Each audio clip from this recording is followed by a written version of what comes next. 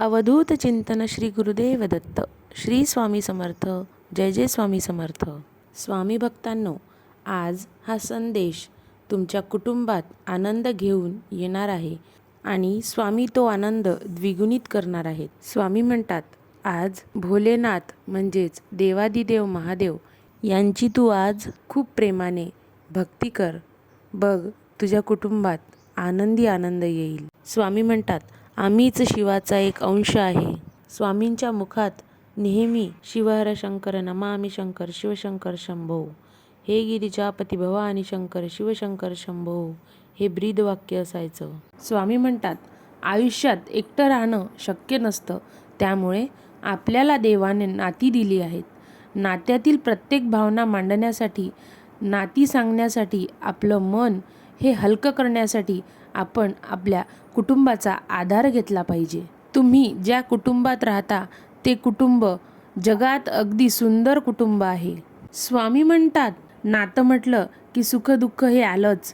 तुमच्याही नात्यात सध्या सुखदुःख आणि ओढाताण होत असेल. नाते जोडणं सोपी असतं, पण ती निभवता पण आली पाहिजे. स्वामी म्हणतात, कधीकधी आयुष्यात तुम्हाला अशी लोक पण भेटत असतील जी तुम्हाला खरोखरच मनापासून मान करतात.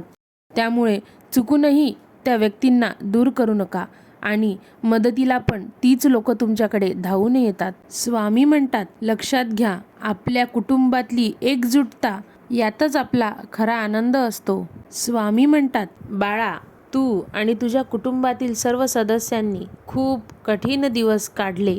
आता ते कठीण दिवस तुम्हाला आनंदात परिवर्तित करतील. तुमच्या जीवनात खूप आनंद येणार आहे. स्वामी म्हणतात, माझ्या भक्तांकडे पूर्ण लक्ष असते.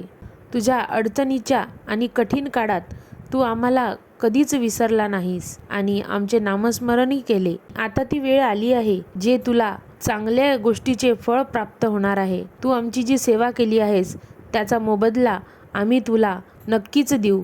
स्वामी म्हणतात, सगळी दुनिया जरी स्वार्थाने जोडली गेलेली असली तरी तुमचे कुटुंब हे तुमच्याशी निस्वार्थपणे जोडलेले असते. त्यांच्या मनात कुठलाही स्वार्थ नसतो. आपल्या कुटुंबातील प्रत्येक नातं हे अनमोल व सुंदर असतं. स्वामी म्हणतात, जसं तुमच्या घरातील सर्व सदस्य कुठलीही अडचण येवो अथवा कुठलाही खडतर मार्ग येवो, ते तुमच्या सतत सोबत असतात. कुटुंबाला धरून ठेवून नेहमी पाठिंबा आणि प्रेरणा देत असतात. तसेच आम्ही सदैव तुझ्या पाठीशी असतो.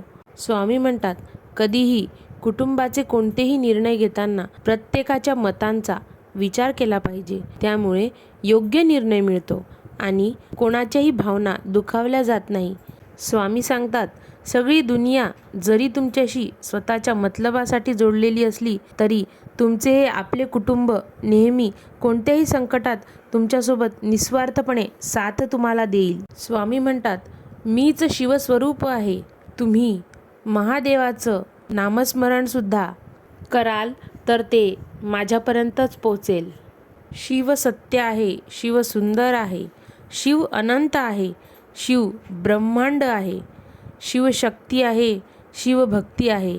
या सृष्टीचा पालनहार शिव आहे आणि शिव म्हणजे आपले स्वामी समर्थ आहेत. अवधूत चिंतन श्री गुरुदेव दत्त. श्री स्वामी समर्थ. जय जय स्वामी समर्थ.